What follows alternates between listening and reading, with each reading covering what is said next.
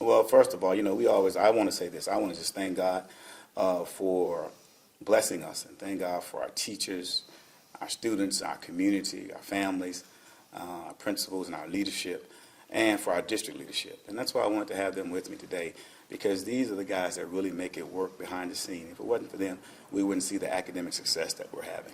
What is the new initiative?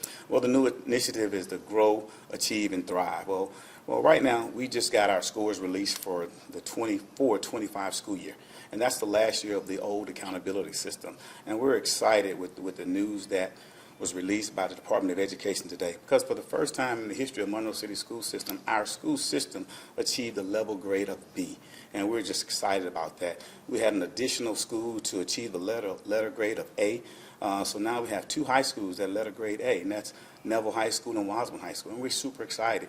And I think even more importantly, we're excited the fact that we've reduced the number of failing schools, F-labeled schools, over 50%. And we've done that in our first couple of years in the position of superintendent and with our team that we have in place.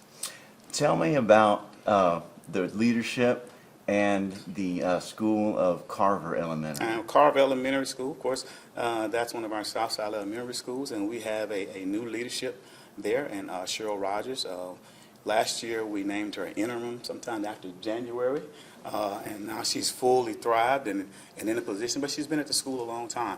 When you talk about the Grow, Achieve, and Thrive, this is the new initiative that will start with this testing cycle, 25-26. So we'll see those first results in 2026. And I like the new accountability model, especially the growth part, because now we get to focus on growing kids and growing all kids. And we get rewarded for those kids that are not yet proficient as long as they show growth and move to the next level in the accountability system.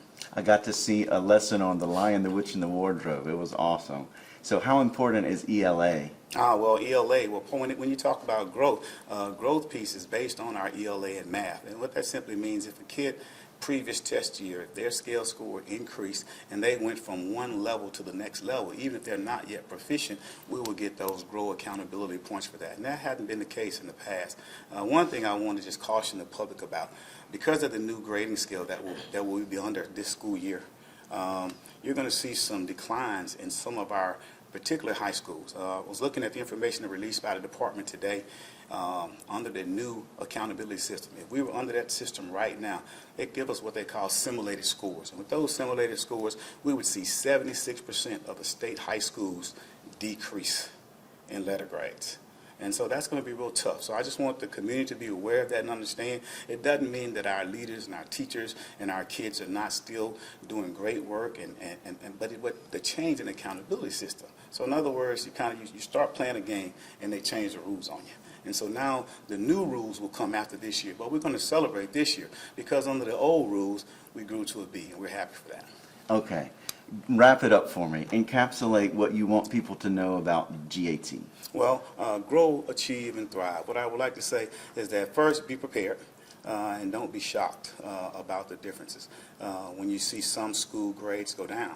But on the flip side of that, secondary high school grades would dip for a lot of people across the state, but our elementary and our lower performing schools, because of the growth piece, they will grow. So we will see significant gains in some of our elementary schools, and that's a good thing.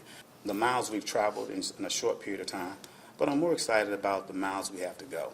And I'm looking forward to being around prayerfully to help lead our district and help work with our team, our teachers, and our community to even grow farther. Because our end goal is we want to produce tax-paying citizens that are productive and successful as adults. And that's what it's all about, giving kids a chance to be successful academically. And the work that we do here in Monroe City School System, I think this is life-changing work for our community and for our kids.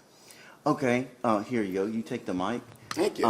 I always wanted to do this. Who we want to talk to? Go ahead and introduce me here. Okay, you talk about growth, achieve, and thrive. Of course, that's gonna capture middle school and elementary school. So I would like to introduce first to you. Her voice is gone, but our Chief Academic Officer, Ms. Jacqueline Anderson, and this is Ms. Jacqueline Anderson, and her team has put all this together. And I want to tell her again, thank you for all that you've done for us. I really appreciate you. And this was part of our leadership team since I became the superintendent. And then Ms. Tony McCarty.